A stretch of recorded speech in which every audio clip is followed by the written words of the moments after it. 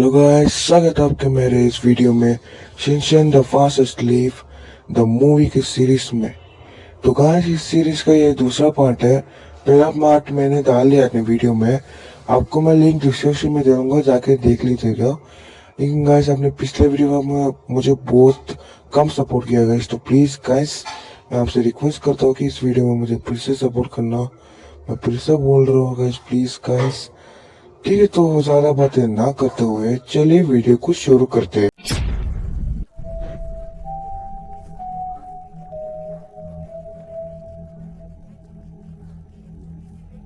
जाकर जो कि एक पॉलिटिशियन बनना चाहता था और वो उसी पद से अपना सपना पूरा कर लेता है।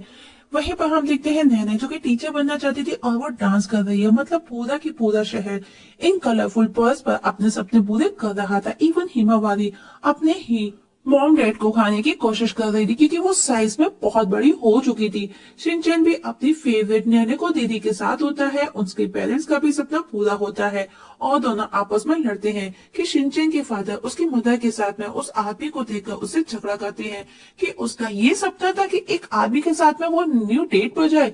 तभी एक बड़ी सी डॉल वहां आ जाती है जो कि मॉन्स्टर जैसी थी और अब वो सबको उठा उठा करके उस कलरफुल दुनिया से हॉल से बाहर फेंकती है। और अब सिर्फ वो डॉल बड़े बड़े लोगों को ही उठा करके फेंक रही थी और अब सभी बड़े लोग एक नई दुनिया में पहुंच जाते हैं जो कि बहुत ही अजीब जगह थी।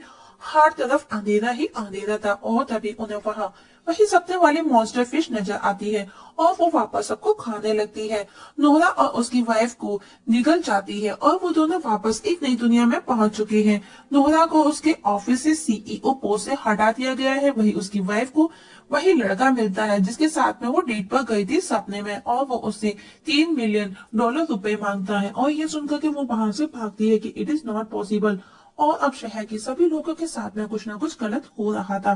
प्रिंसिपल भी नीचे गिर जाता है, कुछ लोगों के घर चल जाते हैं।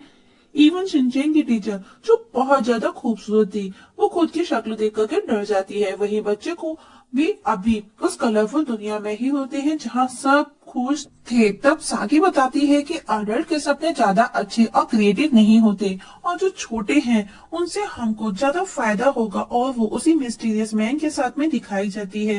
तभी एक डॉल दिखाई जाती है जो कि सभी बच्चों के सपनों में से किसी चीज को वैक्यूम कर अपने पास ले रही है और उसको वो उसी मॉन्स्टर मछली के हार्ट पे ट्रांसफर कर रही है, मतलब सब कुछ मछली के पेट के अंदर ही हो रहा है।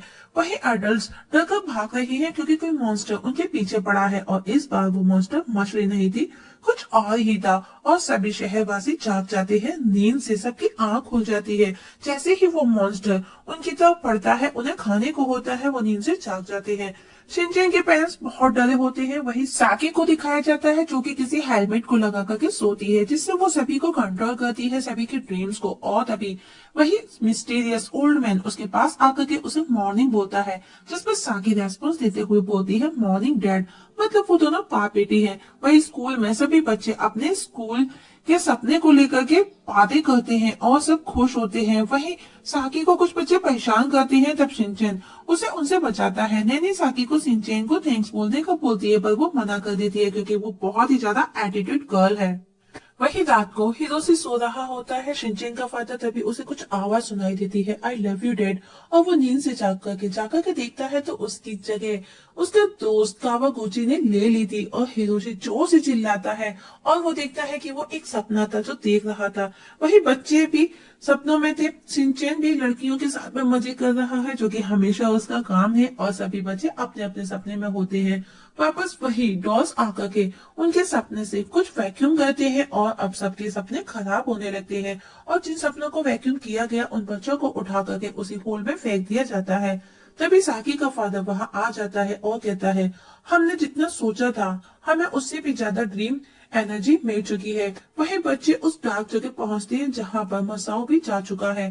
तभी सुबह हो जाती है, सपना टूट जाता है और शिनचैन अपने दोस्तों के साथ में इस प्रॉब्लम को सॉल्व करने का सोचता है, जिसके बारे में वो साकी से बात करना चाहते हैं। साकी के घर जाते हैं पर दरवाजा नहीं खुलता। तब शिनचैन दूसरे रास्ते से होकर के अंदर जाता है जहां पर साकी उसे सामने नजर आती है। साकी उसे वहां से भगा देती है और अब शिनचैन एक नई दुनिया में पहुंच जाता है। तभी नैनी साकी से पूछती है कि क्या वो कासुगा का डिफेंस कोर्स ज्वाइन करना चाहेगी। साकी सोच में पड़ जाती है। कुछ देर में ही साकी रेडी भी हो जाती है और सब खुश हो जाते हैं और वो साकी का फादर दूर खड़ा उन्हें देख रहा था।